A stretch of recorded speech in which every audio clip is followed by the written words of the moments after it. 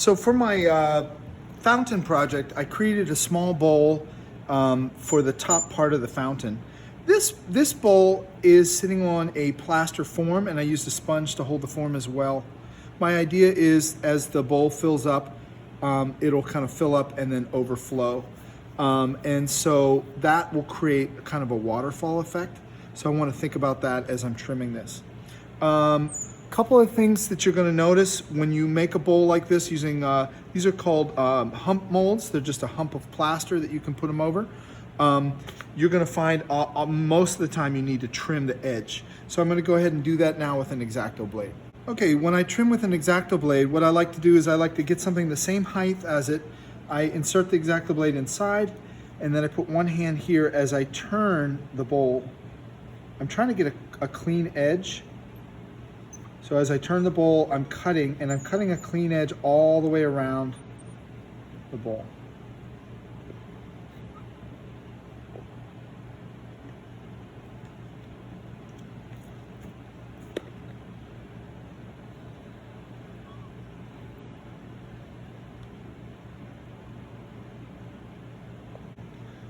Okay, so now the edge is much more even. Now I'm going to take a sponge and I'm going to clean it up and work out the details here.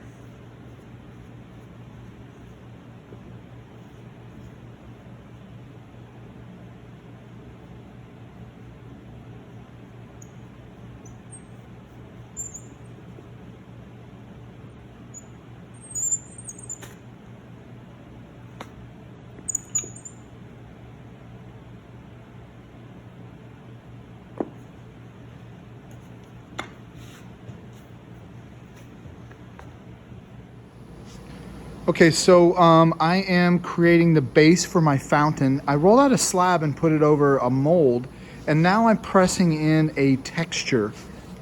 This is one of these rolling textures that I have in my classroom, and I'm gonna try to do this repeated. It's sort of a wave pattern. It's going all the way around.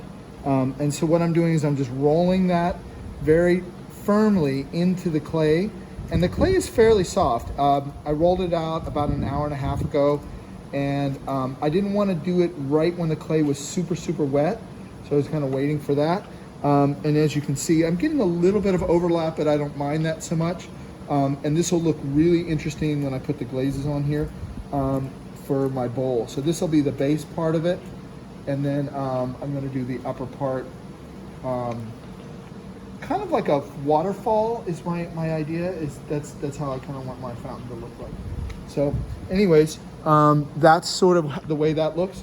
So as I said, this is sat on the plaster hump mold for about an hour and a half to 2 hours. So the clay is starting to dry. It's a really warm day today. It's 80 something degrees. So the clay is drying pretty fast. I'm going to be able to pop this off of here. I want to loosen it a little bit right at the point of contact. I actually went around and trimmed it with an X-Acto blade. And so it's nice and straight up on the top. All right, I'm gonna loosen it up. All right, and there it is. Let's take a look. So I did a little texture on the inside as well, and then a little texture on the outside. So next thing I need to do is sort of smooth out the rim before I build my next layer.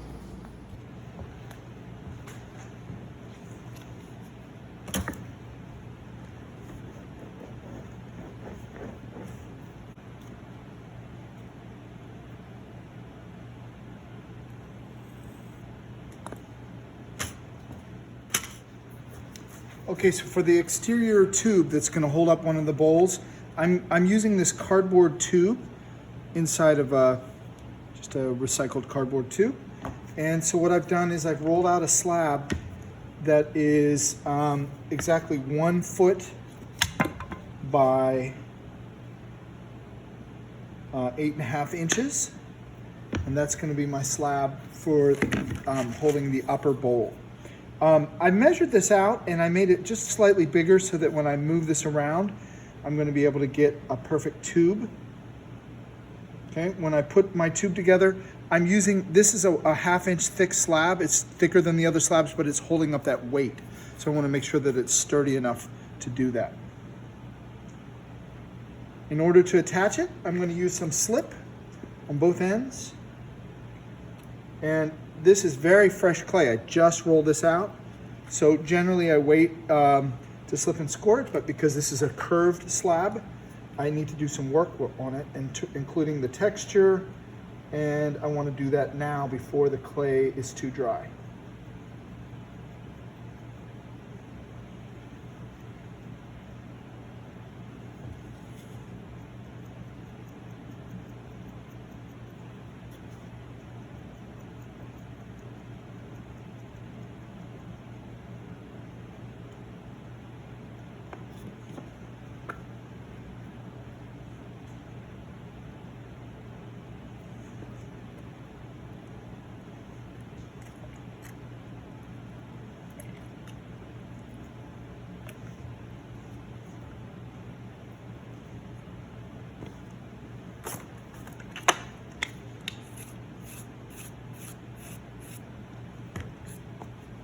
I want to make sure the ends are really well connected. This is the part that can screw it up.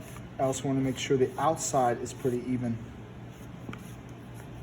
Okay, the texture, I got a little bit of this texture out of this board that I did not want, so I need to fix that using a metal scraper to smooth it out, okay?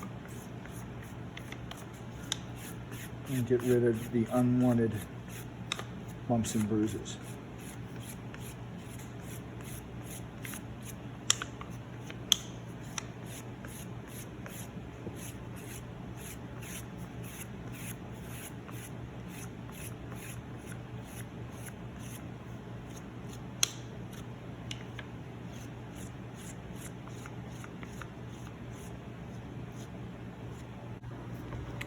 Okay, so here I have most of the parts. I have my main basin where the pump is going to sit. I have my upper bowl or basin where the water is going to flow out of. I have a support beam that I still need to work out. And then I also have a tube that I need to transfer the water up top.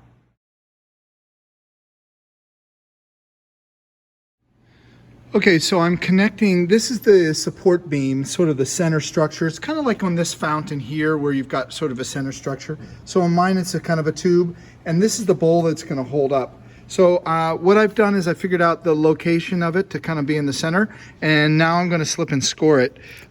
So I use my slip and I soften it up a little bit. And then scoring is really important.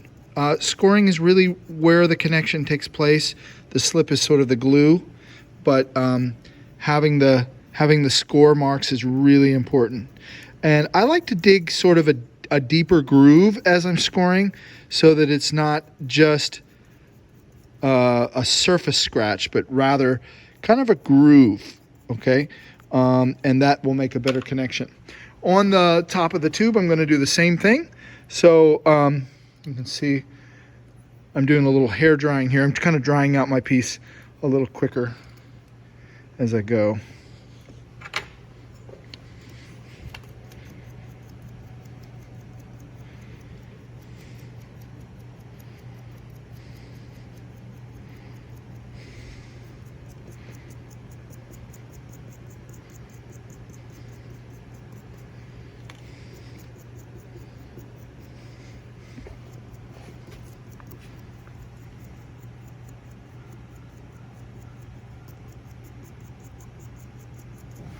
So once you've slip and scored both sides, depending on the dryness of the clay, you may want to go back through and do it again. You definitely want to put more slip down because that's going to be sort of the glue in between the grooves there. Just for good measure, I'm just going to do a little bit. I like to overcompensate a little bit just for making sure that it connects. Nothing worse than putting something in the kiln and then when it comes out that the pieces don't fire, they don't connect together, and then you have to redo the whole thing. Okay, where I've slip and scored it together, you can see there's some connections there. I like to run a bead of clay into that little section. So the way I run the bead is I roll out a little tiny piece of clay, and then on the piece itself, I take it and I move it into that connection, okay? Now, you don't have to add so much clay. I'm adding a lot, but I want to have a structurally sound wall here, and it is going to ruin a little bit of my texture there. So So I have to live with that.